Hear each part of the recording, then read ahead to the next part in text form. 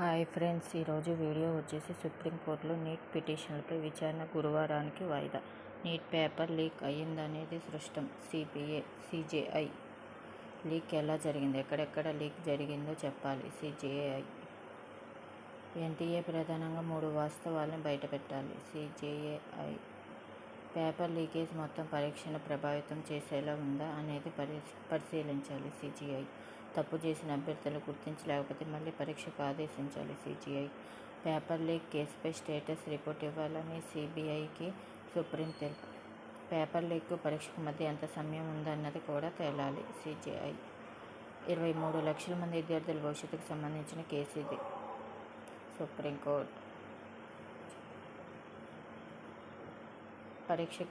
పరీక్షను తిరిగి నిర్వహించాలని లాస్ట్ ఆప్షన్. సిజేఐ విద్యార్థులు సుప్రీంకోర్టు పరీక్షకు వస్తున్న విద్యార్థులు లీక్ ఎలా జరిగిందన్నది తేలాలి. సిజేఐ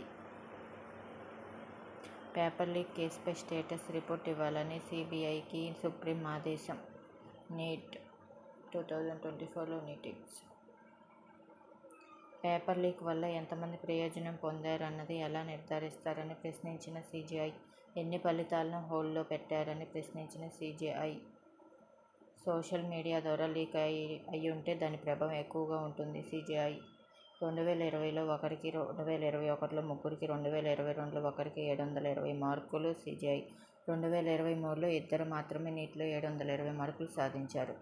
నీట్ అవకతవకలో పేపర్ లీకేజ్ వ్యక్తిగత స్థాయిలో జరిగిందా, పేపర్ లీకేజ్ మొత్తం పరీక్షను ప్రభావితం చేసేలా ఉందా అనేది పరిశీలించాలి. ఎన్టీఏ ప్రధానంగా 3 వాస్తవాలను బయటపెట్టాలి. సిజేఐ